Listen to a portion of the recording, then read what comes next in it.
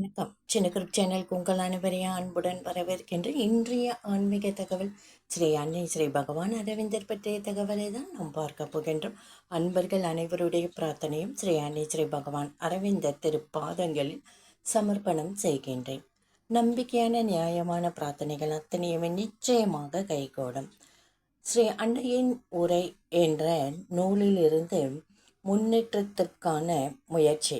சாதகர் ஒருவர் ஸ்ரீ அன்னையை பார்த்து கேட்கின்றார், என் இனிய அன்னையே, ஒன்றை மேலும் நன்றாக செய்ய வேண்டும் என்று முயற்சி செய்யும் பொழுது அதில் எந்த முன்னேற்றமும் காணாவிட்டால் நாங்கள் அதைரியப்படுகின்றோம். அதைரியம்னா அந்த தைரியத்தை இழக்கின்றோம். அந்த சமயத்தில் என்ன செய்ய வேண்டும் என்று சாதகர் ஸ்ரீ அன்னையை பார்த்து கேட்கின்றார். அதைரியம் படாமல் இருக்க வேண்டும். நம்பிக்கை இழப்பதால் எந்த பயனும் இல்லை. அதாவது அந்த தைரியத்தை இழக்கிறதுக்கு காரணம் நம்பிக்கையின்மை. அப்போ நம்ம செய்யும் செயல் தோல்வி அடைந்தால் நம் மீது நமக்கே நம்பிக்கை இல்லாமல் போயிடும்.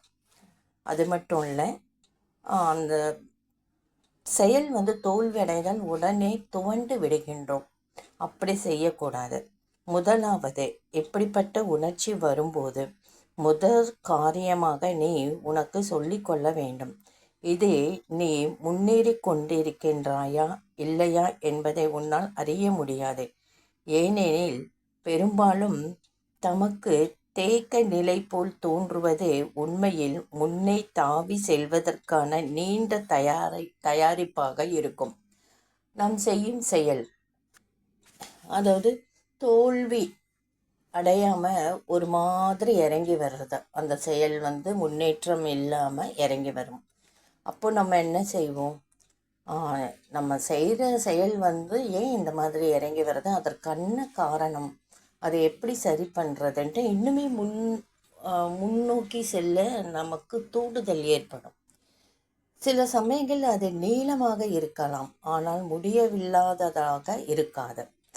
நாம் செய்யும் அந்த செயலின் தூண்டுதல் பெரிய அளவில் இருக்கலாம், ஆனால் முடிவில்லாததாக இருக்காது. எல்லா செயலுக்கும் முடிவு என்று ஒன்று உண்டு. சில சமயங்களில் வாரக்கணக்காக மாதக்கணக்காக நின்ற இடத்திலேயே நின்று கொண்டிருப்பது போல் தோன்றும். பிறகு திடீரென தயாராகி கொண்டிருந்த ஒன்று தலை காட்டும். அப்பொழுது கணிசமான மாற்றம் ஏற்பட்டிருப்பதை, அதுவும் ஒரே காலத்தில் பல மூலைகளில் மாற்றம் ஏற்படுவதை நாம் காணலாம்.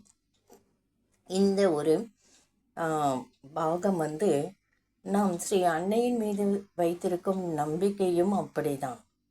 நாம் நம்பிக்கையோடு செய்யும் பிரார்த்தனை சிறிது கால தாமதமாகும் பொழுது நம்பிக்கையை இழக்கக்கூடாது. அதுதான் ரொம்ப முக்கியம்.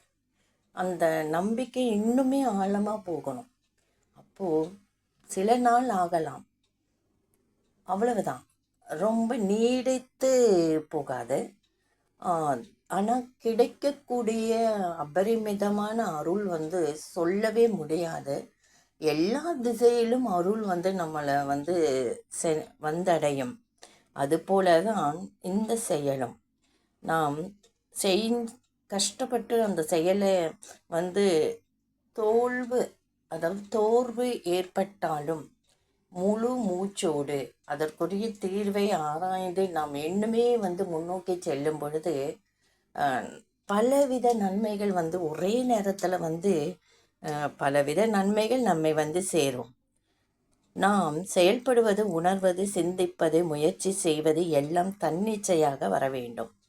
அவற்றால் கிடைக்கக்கூடிய பயன்களுக்காக அல்லாமல் அவையே நாம் செய்ய வேண்டியவை என்பதற்காகவே அவற்றை செய்ய வேண்டும். ஒரு செயல் செய்யும் பொழுதே இவ்வளவு பயன் நமக்கு கிடைக்கும் என்பதை விட அந்த செயலை நாம் செய்து முடிக்க வேண்டும் என்ற எண்ணம் நம்மிடம் முன்னோக்கி இருக்க வேண்டும். பயனை நினைத்த உடனே நாம் பேரம் பேச தொடங்கிவிடுகின்றோம். அது நமது முயற்சியிலிருந்து எல்லா நேர்மையையும் நீக்கி விடுகின்றது. உன்னுள்ளே ஒரு தேவையை முயற்சி செய்து முன்னேற வேண்டும் என்னும் மறுக்க முடியாத தேவையை உணர்வதால் நீ முயற்சியை மேற்கொள்கின்றாய். இந்த முயற்சியை உன்னுள் உள்ள இறை உணர்விற்கு பிரபஞ்சத்தில் உள்ள இறை உணர்விற்கும் நீ அர்ப்பணிக்கும் கொடை இதுவே. இறைவனுக்கு உனது நன்றியை காட்டும் உன்னை அர்ப்பணிக்கும் முறை. அதனால் உனக்கு முன்னேற்றம் ஏற்படுமா ஏற்படாதா என்பதற்கு எவ்வித முக்கியத்துவமும் கிடையாது. நீ முன்னேற வேண்டிய வேலை வந்துவிட்டது என இறைவன் முடிவு செய்யும்போது நீ முன்னேறுவாய். நீ முன்னேற்றத்தை விரும்புவதானால் அன்று. அதாவது இறைவன் முடிவு செஞ்சிருவாங்க, இவங்களுக்கு நல்ல ஒரு முன்னேற்றம் கிடைக்க வேண்டும் என்று. அப்போ இறைவனுடன் அருளும் சேர்ந்து நம்முடைய ஏற்றத்திற்கான நம்பிக்கையுடன் செய்யும் செயல்பாடு நிச்சயமா நம் முன்னேற்றத்தை வளர்ச்சியடைய செய்யும். செங்குத்தான முன்னேற்றமும் பக்கவாட்டு முன்னேற்றமும் பற்றி பார்ப்போம். செங்குத்தான இரு ஏற்றங்களுக்கு இடையே பக்கவாட்டு முன்னேற்றம் ஒன்று இருக்கும்.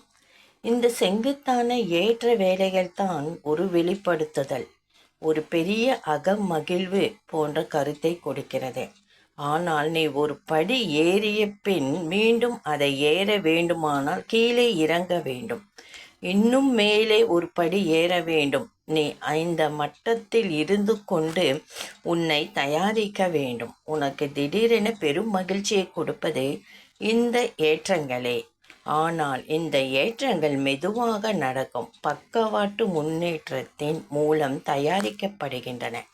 அதாவது நீ மென்மேலும் உணர்வு பெற வேண்டும். நீ அடைந்துள்ள நிலையை மென்மேலும் உறுதியாக்க வேண்டும். அதிலிருந்து கிடைக்கக்கூடிய உளவியல் விளைவுகளை எல்லாம் பெற்றுக்கொள்ள வேண்டும்.